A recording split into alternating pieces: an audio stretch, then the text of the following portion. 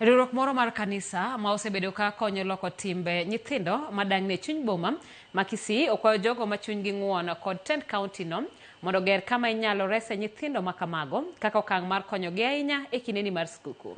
Cynthia Onyango ni kod ler. E kindeni mag nyasi mar sikuku kod chako higa manyien, riwruoge mopogore kod oganda ma chunygi ng'uon osenenore matemo riwore kod jogo mang'aw kamiyogi chiemo kod mich mamoko. Okang' ma kata kamano ywak pod nitiere ni ok res nyithindo madang' ni e bombe e yo mowinjore. Ka oloso e kinde tiego nyithindo madang' ni e bombe boma ma Kisii, yore makare mag rito ngimagi kod chako tije manyalo miyogi yuto. Jatelo mar riwruok mar The Kingdom Child owacho ni gero kuonde makonyo e loko kit nyithindo madang' ni e bombe kendo tiyo gi yedhe mamero ji en okang' maber moloyo. Hawa si watoto wa kanisa, ni watoto wa mtaa. Wengine hawakuji church, wengine hawana kwao.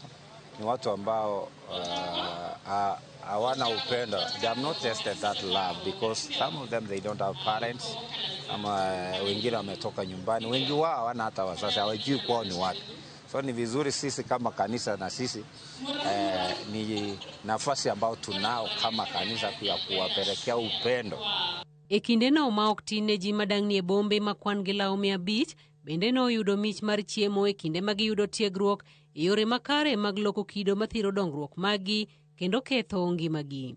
Baadhi ya wale ambao tunawashughulikia ni wachache ambao wanaenda shule. Remember, this is a program that also as a church we are doing it, but also we depend on support kutoka nje. Kuna wafadhili ambao wamehusika, wengine wanatuma pesa yao kidogo, hiyo ndio tunaweka pamoja, washirika wanajitoa vitu kidogo kidogo, sometimes asitoshi. God makes a way, we will do more. Jadolo margi Francis Osiru wacho ni nyasi makama gibedo godichiel kadichiel e higa kochakore 2012 ka gigeto miyo jogo machandore chiemo, tiegogi kod manyo kaka inyalo chwalgi e kuonde makonyo loko kido ma ok ni kare.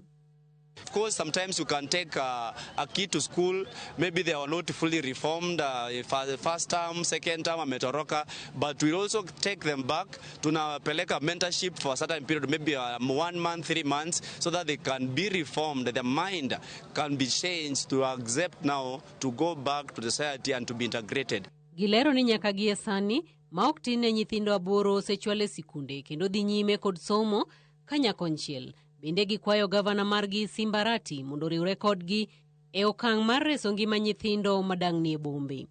Right now we have got students who go to school, boarding school. When they come home, you know, they still go back the street until the reopening of school so that they can join back again to school. If the county government of Kisii, our governor, Simbarati, could hear this, please make an arrangement, give us a house where you can host these students who are studying and who are in school.